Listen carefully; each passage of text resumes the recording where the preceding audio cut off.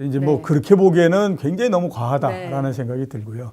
그러니까 우리나라는 사람들도 그렇지만 특히 언론이 더 그게 심합니다. 네. 그러니까 언론이 그 외환위기를 겪고 난 다음에 트라우마가 생겨가지고 어떤 생각들을 하냐면 우리가 그때 외환위기가 발생한다라고 하는 걸 미리 얘기해 있어서 예. 사람들에게 그걸 대비하지 하도록 하지 못했다라는 그 트라우마 때문에 네. 계속해서 경기가 조금만 나빠지게 되면 외환위기가 발생한다라고 하는, 그리고 네. 위기가 발생한다라고 하는 얘기들을 굉장히 많이 합니다. 그래서 이제 저희가 지금 아시아 경제에서도 찍고 있지만 야, 이게 언론이 이런 부분들은 조금 좀 자제를 해야 된다라고 생각하는 부분들 중에 하나가 네. 너무 위기론에 이게 그 몰입을 하다 보니까 경제라고 하는 것이 심리에서 그렇죠. 안 좋다라고 네. 계속해서 얘기하다 보면 진짜로 안 좋아지는 거거든요. 힘이 빠지죠. 이런 이제 마음적으로도. 형태가 되는데. 네. 자, 그러면 올해에 뭐 올해를 포함해서 내년도 상반기 이때까지 우리나라 경제에서 위기가 발생할 가능성이 어느 정도 되느냐. 네. 제가 봤을 때는 55대 45 이런 정도로서 네. 45 정도가 위기가 발생할 가능성이 있다라고 볼 수가 있거든요. 그러니까 그만큼 보면 위기가 발생할 확률은 높다라고 봐야 됩니다. 그런데 문제는 뭐냐면 위기라고 하는 것이 우리가 이제 뭐 외환위기라든가 미국의 금융위기라든가 이렇게 겪었던 것처럼 이렇게 한 번 가하면 정말 세상이 난리가 나는 것들을 굉장히 봤기 때문에 위기가 발생하면 그렇게 세상이 난리가 난다. 이렇게 이제 생각하잖아요.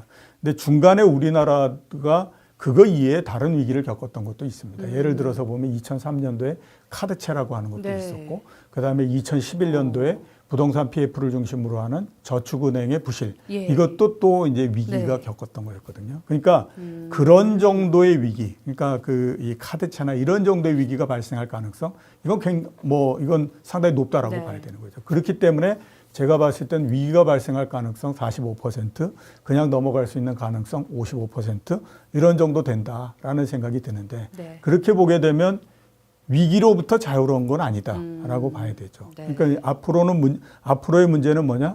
정부가 과연 이런 것들을 얼만큼 잘 관리하고 케어할 수 있느냐 하는 것들에 대한 능력입니다. 그게 제대로 된다라고 하게 되면 문제 없이 넘어갈 수 있는 거고, 그게 이게 통제가 안 된다라고 하면 뭔가 한 번은 푸닥거리를 이런저런 형태로서 해야 된다라고 봐야 되는 거죠. 2008년 글로벌 금융이 터지고 나서 구조조정을 전 세계가 한 것이 아니고 돈으로 풀어서 막았잖아요. 그럼 당연히 물가는 오르게 되어 있는데 중국이라는 나라 덕분에 전 세계 공장이라고 하지 않습니까? 그 덕분에 이제 물가에서 자유로울 수 있었는데 중국이 이제 공급망이 깨지고 나니까 코로나 덕분에 물건이 조금만 줄어도 그냥 전 세계가 물가가 서로 살려고 하니까 물건은 없고 뭐 이런 현상이 이제 공급망이 깨졌죠. 쉽게 말하면. 게다가 이제 러시아, 우크라이나까지 또 사고를 쳤잖아요. 그러니까 이런 걸 봤을 때 제가 볼 때는 좀 문제가 점점점 안에서 골마가고 있다 그럴까요? 그런 느낌이 들고, 여러분이 아시겠지만 대한민국 역사 중에 이제 위기가 여러 번 있었잖아요. 오일 쇼크 때도 있었고 IMF 있었고 글로벌 금융이 있었는데 그때 공통점과 지금 완전히 다른 점이 나타나는 게 뭐냐면요. 경기 침체 분위기로 가는데 그전에는 경기 침체가 일어나면 물가가 안정됐어요. 같이 이제 아웃되니까. 근데 지금은 여러분 아시지만 물가가 계속 오르고 있잖아요. 오르고 있는데 경제는 침체예요. 그러면 여러분이 들어보신 중에 뭐 인플레이션, 디플레이션이 아니라 여러분 뭐예요? 경제는 침체하고 돈은 안 늘었는데 물가는 오른 뭐죠? 스태그플레이션이에요. 그래서 제가 아시는 뭐 존경하는 한 경제학 박사님이, 교수님이 저는 부동산에는 경험하지 못한 주택가의 하락이 온다고 얘기하는데 그분은 경험하지 못한 경제 침체 위기가 올 수도 있다라고 얘기를 해요. 그래서 좀 마음의 준비를 하는 게, 안 오면 더 좋고 해두고 자산 관리를 하는 게 더 현명한 지금 판단인 것 같아요. 제가 볼 때. 그래서 현금 자산 늘리시고 부채 줄이시고 올 한 해는 그랬으면 좋겠습니다.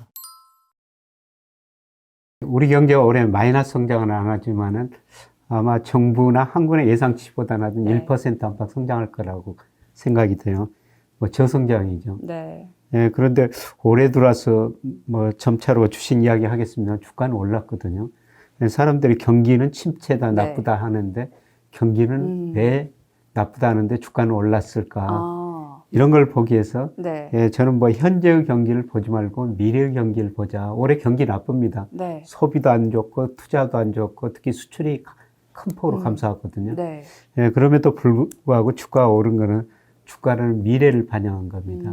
그래서 저는 뭐 주식시장에 있는 분들한테 네. 현재의 경기를 보지 말고 미래의 경기를 보자. 그래서 미래의 경기를 나타내는 여러 가지 지표들이 있죠. 네. 뭐 선행지 순환 변동치든지 장단기 금리차든지. 네. 근데 이런 것들은 개선될 조짐이 있다는 겁니다. 아, 그래서 현재는 나쁘지만 아마 내년 어느 시점에서는 뭐 경기가 좀 좋아질 것이다. 주식시장에 이런 기대가 있는 것 네. 같습니다.